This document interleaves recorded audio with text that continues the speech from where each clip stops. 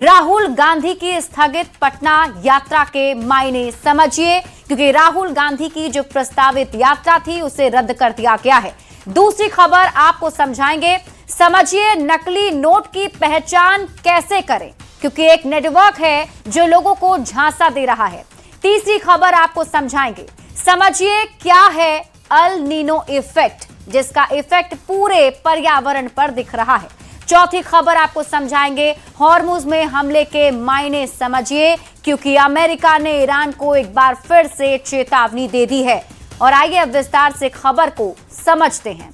सबसे पहले बात, लोकसभा में नेता प्रतिपक्ष राहुल गांधी का पटना दौरा टल गया है। कांग्रेस की ओर से हवाला दिया गया कि बांकीपुर बाय इलेक्शन के चलते आदर्श आचार संहिता लगाया गया है, इस वजह से राहुल गांधी की यात्रा रद्द कर दी गई। लेकिन बीजेपी आरोप लगा रही है कि नीट जैसी परीक्षाओं में प्रभावित होने वाले करीब 10,000 छात्रों का डेटाबेस कांग्रेस तैयार ही नहीं कर सकी, इसलिए राहुल गांधी को अपना दौरा रद्द करना पड़ा है। वैसे बांकीपुर सीट से प्रत्याशी उतारने का संकेत देने के बावजूद कांग्रेस उम्मीदवार का ऐलान न करने और अब राहुल गांधी की पटना यात्रा कैंसिल होने पर सियासत गर्म है। ये रिपोर्ट देखिए, फिर खबर तो समझिए।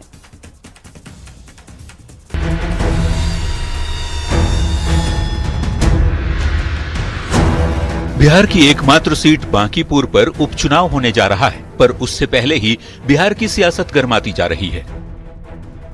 15 जुलाई को राहुल गांधी का प्रस्तावित पटना दौरा रद्द कर दिया गया है। ऐसे में पटना में कांग्रेस की ओर से छात्र सम्मेलन का आयोजन भी नहीं होगा। कांग्रेस का कहना है कि बांकीपुर विधानसभा क्षेत्र में उपचुनाव की प्रक्रिया और आचार संहिता लागू होने के चलते इस तरह का राजनीतिक कार्यक्रम आयोजित करना उचित नहीं होगा। पटना में चुनाव की घोषणा हो गई और यहाँ मॉडल कोड ऑफ कंडक्ट लागू हो गया, लिहाजा प्रशासनिक व्यवस्था के मद्देनजर सहयोगात्मक रुख अपनाते हुए राहुल जी ने अपना कार्यक्रम कुछ दिनों के लिए स्थगित कर दिया है। आगे जैसे ही कार्यक्रम की घोषणा होगी वैसे ही जो है वो सबको सूचना दी जाएगी। राजनीतिक गलियारों में कार्यक्रम रद्द करने को लेकर अलग अलग चर्चाएं भी तेज हैं। बीजेपी नेताओं का कहना है कि छात्र सम्मेलन की तैयारी को लेकर पार्टी संगठन तय लक्ष्य हासिल नहीं कर सका। चर्चा है कि प्रदेश संगठन को करीब 10,000 ऐसे छात्रों का डेटा तैयार करने की जिम्मेदारी दी गई थी जो नीट सहित अन्य प्रतियोगी परीक्षाओं से जुड़े मुद्दों से प्रभावित हो रहे थे। बताया जा रहा है कि इन छात्रों के नाम और संपर्क विवरण जुटाने का लक्ष्य रखा गया था, लेकिन तय समय तक ये तैयारी पूरी नहीं हो सकी और राहुल गांधी की यात्रा रद्द करनी पड़ी।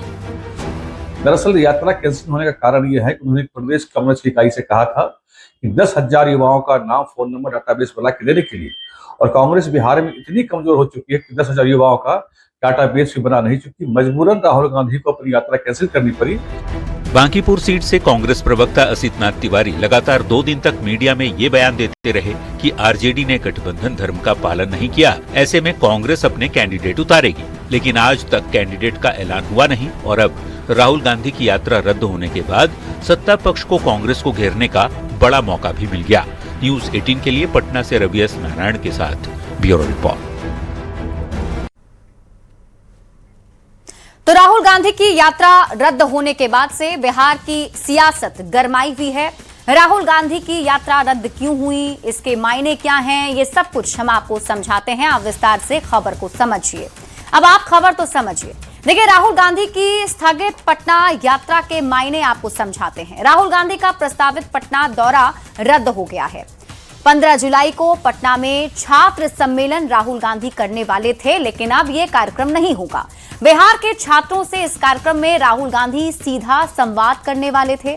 और आपको यह भी बता दें कि पहले जो ये कार्यक्रम है वो 11 जुलाई को प्रस्तावित था, यानी 11 जुलाई को ये कार्यक्रम होना था, लेकिन बाद में इसकी तारीख बदली गई, बढ़ाई गई और 15 जुलाई की गई थी। लेकिन अब खबर है कि 15 जुलाई की भी जो कार्यक्रम है उसे भी रद्द कर दिया गया है। अब कांग्रेस ने इस कार्यक्रम को स्थगित कर दिया है। अब आप समझिए कि आखिर राहुल गांधी का दौरा रद्द क्यों हुआ, कांग्रेस क्या कहती है। तो कांग्रेस की दलील है कि बांकीपुर विधानसभा उपचुनाव होना है और इसी वजह से दौरा रद्द किया गया है, क्योंकि आदर्श आचार संहिता का अब ऐलान हो गया है, इस वजह से कार्यक्रम संभव नहीं है। लेकिन बीजेपी कुछ और ही आरोप लगा रही है। बीजेपी का आरोप है, जो सूत्रों के हवाले से खबर है, कि छात्र सम्मेलन की तैयारी का तय लक्ष्य पूरा ही नहीं हो पाया, यानी जो कार्यक्रम होना था उसकी पूरी तैयारी कांग्रेस नहीं कर पाई। बीजेपी का आरोप है कि प्रदेश कांग्रेस 10,000 छात्रों का डेटा भी तैयार नहीं कर पाई, इसीलिए ये दौरा रद्द करना पड़ा है। अब हम आपको समझाते हैं कि आचार संहिता आखिर होता क्या है, जिसके लिए ये कहा जा रहा है कि यात्रा को रद्द करना पड़ा। देखिए, चुनाव को निष्पक्ष और स्वतंत्र बनाए रखने के ये नियम हैं। निर्वाचन आयोग ने नियम तय किया है और इसमें कुछ शर्तें होती हैं, जैसे कि चुनाव की तारीख की घोषणा के साथ आचार संहिता लागू हो जाती है। चुनाव परिणाम घोषित होने तक आचार संहिता लागू रहती है। अब आप ये समझिए कि आचार संहिता में पाबंदी किन कामों पर होती है, यानी क्या कुछ नहीं किया जा सकता है। तो केंद्र या राज्य सरकार नई योजना और नई घोषणाएं नहीं कर सकती हैं। चुनावी तैयारियों के लिए सरकारी संसाधनों का इस्तेमाल नहीं किया जा सकता है। दीवारों पर लिखे गए पार्टी संबंधी नारे, प्रचार सामग्री हटा दी जाती है। होर्डिंग्स, बैनर, पोस्टर भी हटा दिए जाते हैं। राजनीतिक दलों को रैली जुलूस के लिए परमिशन लेनी होती है। धार्मिक स्थलों का इस्तेमाल चुनाव के दौरान नहीं किया जाएगा। मतदाताओं को किसी भी तरह से रिश्वत नहीं दी जा सकती। तो राहुल गांधी की स्थगित पटना यात्रा को अब आप समझिए। नियम के मुताबिक बांकीपुर में सम्मेलन किया जा सकता है। स्थानीय प्रशासन या फिर संबंधित निर्वाचन अधिकारी से पूर्व अनुमति इसके लिए लेनी होगी।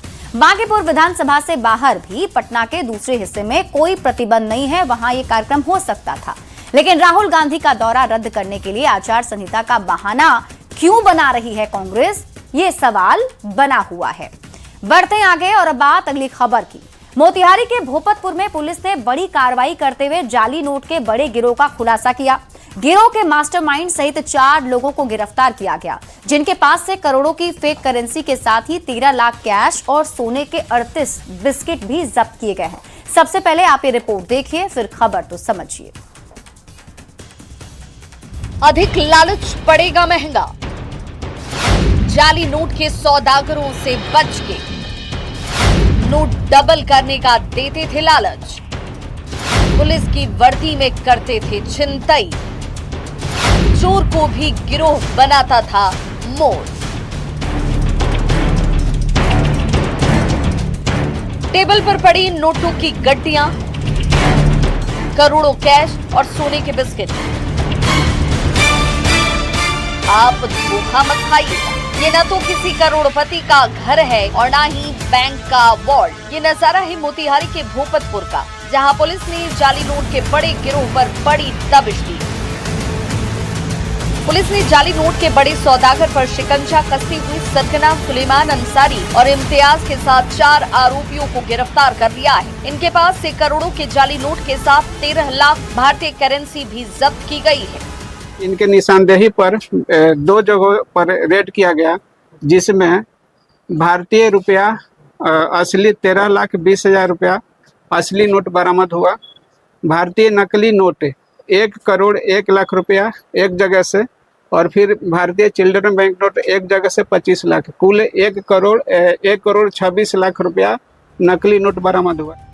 इसके साथ ही 38 सोने के बिस्किट, हथियार, कारतूस और गाड़ी के साथ पुलिस की वर्दी की बरामदगी भी की गई। अब जरा इस गिरोह के काम करने के तरीके को भी समझिए। ये गिरोह नोट डबलिंग और जाली नोट के कारोबार में शामिल लोगों को निशाना बनाते थे। उन्हें जाली नोट देते और फिर जबरन या फिर पुलिस की वर्दी पहनकर पैसे छीन लेते थे। न्यूज़ 18 आपसे भी अपील करता है कि कम समय में ज्यादा मुनाफा या फिर नोट डबल करने वाले गिरोह से बच के रहिए। इनके झांसे में न आइए, तभी आपके साथ आपकी गाढ़ी कमाई भी सुरक्षित रह पाएगी। न्यूज़ 18 के लिए मोतिहारी से अवनीश कुमार सिंह के साथ ब्यूरो रिपोर्ट। पुलिस के इस खुलासे ने सभी को चौंका दिया है। हम आपको अब पूरी खबर समझाते हैं, कैसे ये पूरा नेटवर्क काम करता था, कितने लोग अब तक इसके शिकार हो गए हैं और आपको कैसे बचकर रहना है। अब आप खबर तो समझिए और सबसे पहले आप ये समझिए पूरी खबर क्या है। देखिए, मोतिहारी के भोपतपुर थाना इलाके में जाली नोट जब्त किए गए हैं। करीब 1 करोड़ रुपए के जाली नोट जब्त किए गए हैं। 25 लाख के टॉय नोट मिले हैं, 13 लाख कैश मिला है और 38 सोने की बिस्किट बरामद हुई है। नोट डबलिंग और जाली नोट के कारोबार का खुलासा हुआ है। नोट तस्कर सुलेमान अंसारी और इम्तियाज को गिरफ्तार भी किया गया है। दूसरे देश की फेक करेंसी की खेप भी मंगाई गई थी, ये जानकारी भी पुलिस ने दी है। अब आप ये समझिए कि सबसे ज्यादा जाली नोट किस डिनोमिनेशन के होते हैं, तो 100 रुपए के और 500 रुपए के, यानी कि ज्यादातर जो मात्रा होती है जाली नोट की, जो संख्या होती है वो 100 और 500 के होते हैं। अब सवाल है कि नकली नोट की पहचान आपको कैसे करना है। अगर आपके पास नकली नोट आ जाए तो कैसे आप इसकी पहचान करेंगे? तो आरबीआई की ऑफिशियल वेबसाइट पर इंडियन करेंसी के बारे में पूरी जानकारी दी गई है। बैंक नोट सेक्शन में सभी नोटों की असलियत पहचानने के तरीके भी बताए गए, वहां जाकर भी आप चेक कर सकते हैं। हम आपको बताते हैं कि 100 रुपए के नोट अगर आपको पहचानने हैं कि वो असली है या नकली है, तो आप कैसे पहचानेंगे, समझिए। नोट के नीचे बाईं ओर 100 अंक वाला एक सी थ्रू रजिस्टर होता है। नोट को रोशनी के सामने रखने पर साफ दिखाई देता है सी थ्रू रजिस्टर। असली नोट पर 100 का मूल्य देवनागरी लिपि में भी लिखा होता है। सामने वाले हिस्से के बीच में महात्मा गांधी का चित्र होता है। दाईं ओर गारंटी क्लॉज, आरबीआई गवर्नर के हस्ताक्षर और आरबीआई का प्रतीक चिन्ह भी होता है। नीचे दाईं और ऊपर बाईं ओर नंबर पैनल भी होते हैं। नंबर पैनल में अंक छोटे से बड़े आकार में लिखे होते हैं।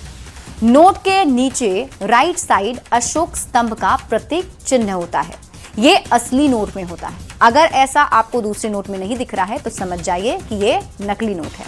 अब आप बात कर लेते हैं कि 500 रुपए का नोट अगर आपको मिल जाए तो आप कैसे पहचान करेंगे ये नकली है या असली है? तो पहचानने का तरीका है माइक्रो लेटरिंग, इसका खास फीचर है।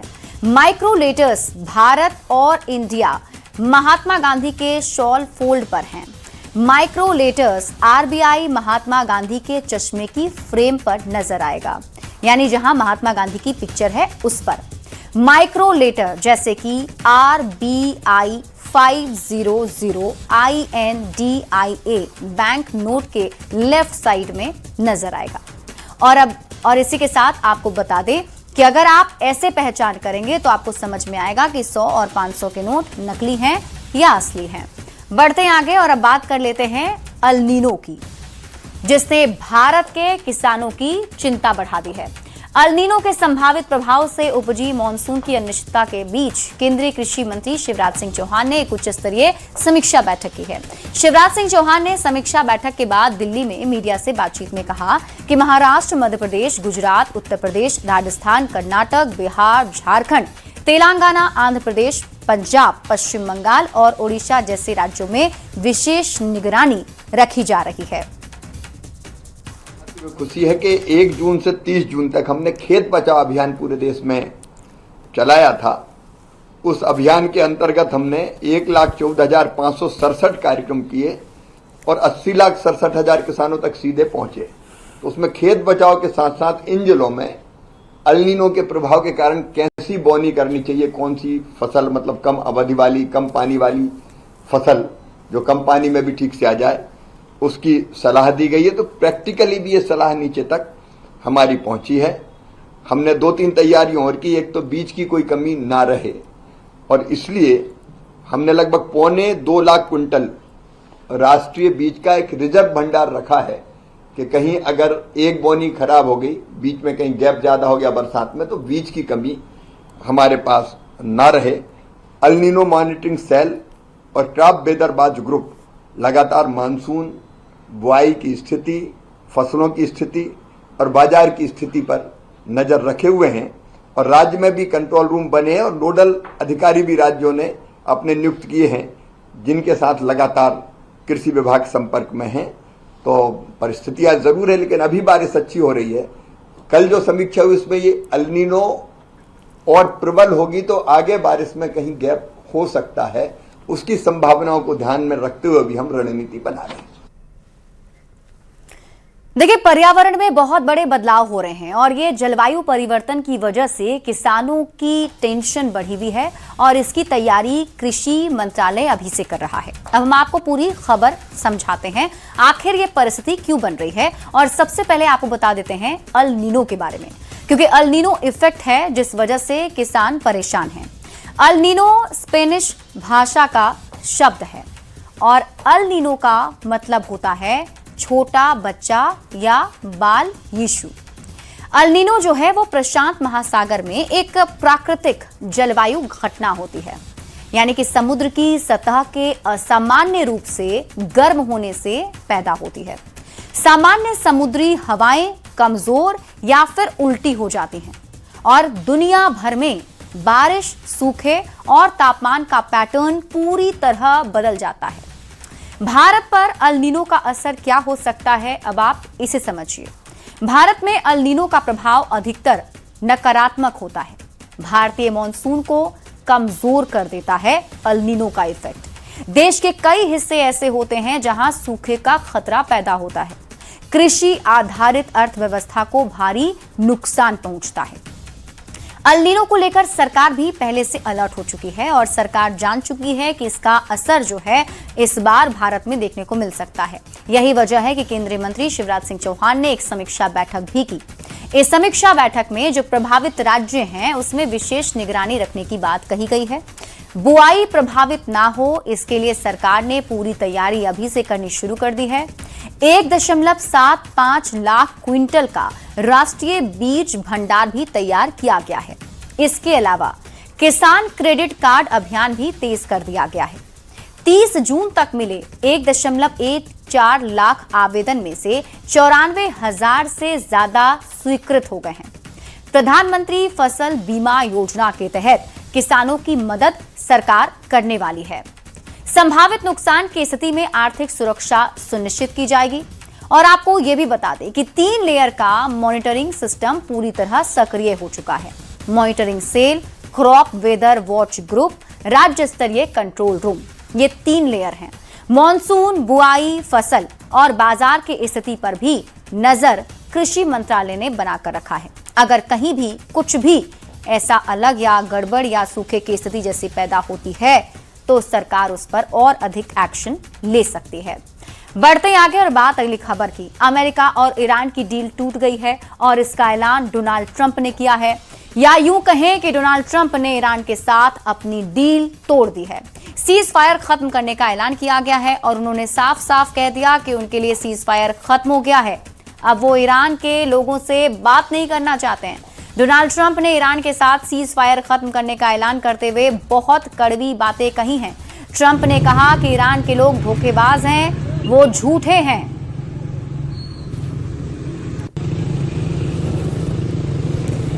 तो डोनाल्ड ट्रंप ने एक बार फिर से बड़ी चेतावनी दे दी है ईरान को और सीज फायर तोड़ने का भी ऐलान कर दिया है। यानी कि जो अब तक डील हुई थी और ऐसा लग रहा था कि ईरान और अमेरिका में जो सीज फायर की डील हुई है इससे मिडिल ईस्ट का तनाव कम होगा और जो प्रॉब्लम अभी उठ रही थी वो सब कुछ दूर हो जाएगी। लेकिन अब ट्रंप के इस बयान ने फिर से दुनिया की चिंता बढ़ा दी है।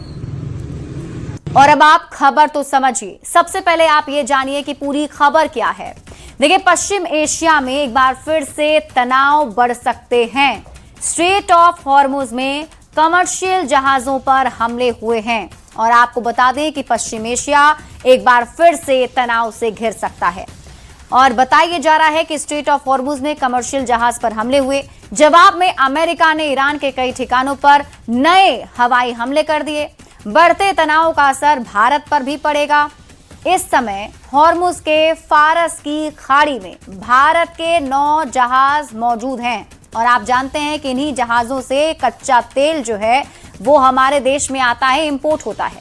9 जहाजों पर करीब 198 भारतीय नाविक भी सवार हैं। फिलहाल भारत के किसी भी जहाज को कोई नुकसान अब तक तो नहीं है और ईंधन के दाम पर इसका असर पड़ेगा। सबसे बड़ा सवाल यही है और सबसे ज्यादा असर ईंधन पर ही पड़ता है। देखिए, हॉर्मुज दुनिया के सबसे अहम समुद्री व्यापारिक मार्गों में से एक है। दुनिया के करीब 20% तेल और प्राकृतिक गैस की आपूर्ति का यही एक रास्ता है। स्ट्रेट ऑफ हॉर्मुज में तनाव का असर पूरी दुनिया पर पड़ेगा। अमेरिका ने ईरानी तेल पर दी छूट भी अब वापस ले ली है। यानी जो ऐलान किया गया था, जिस छूट का ऐलान डोनाल्ड ट्रंप ने किया था, वो वापस ले ली गई। पिछले महीने दी गई 60 दिन की विशेष छूट डोनाल्ड ट्रंप ने वापस ले ली है। ये छूट युद्ध रोकने के अंतरिम कोशिशों के तहत दी गई थी। अब इस फैसले के बाद ईरानी तेल के निर्यात पर सख्ती बढ़ सकती है। यानी कि लंबे समय तक तनाव बना रहा तो स्थिति और भी ज्यादा गंभीर हो सकती है। हाल ही में आपने देखा था किस तरीके से पेट्रोल डीजल के दाम बढ़े, एलपीजी गैस के दाम बढ़े, तो अब कच्चे तेल और एलपीजी की सप्लाई प्रभावित हो सकती है। और अगर ऐसा होता है तो सीधा सीधा असर ईंधन के कीमत पर पड़ेगा और पेट्रोल डीजल के साथ एलपीजी गैस के साथ ही कमर्शियल सिलेंडर के दाम फिर से बढ़ सकते हैं, और यही बताया जा रहा है। और इसीलिए चिंता अब ज्यादा बढ़ गई है।